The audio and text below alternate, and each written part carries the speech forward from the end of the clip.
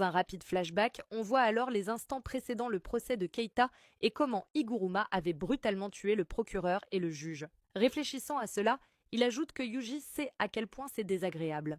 Maintenant que les deux se reposent tranquillement, Iguruma demande à Kogane d'ajouter une nouvelle règle à la traque mortelle, permettant aux joueurs de transférer leurs points entre eux. Comme toujours, dans une attente tendue, Kogane transmet la demande au maître du jeu. Quelques instants plus tard, Yuji pousse un soupir de soulagement, la règle est acceptée. Il transfère alors un point à Yuji, garantissant que ni l'un ni l'autre ne subira la suppression de sa technique occulte pendant 19 jours. Se levant brusquement pour partir, Iguruma dit au revoir à Yuji.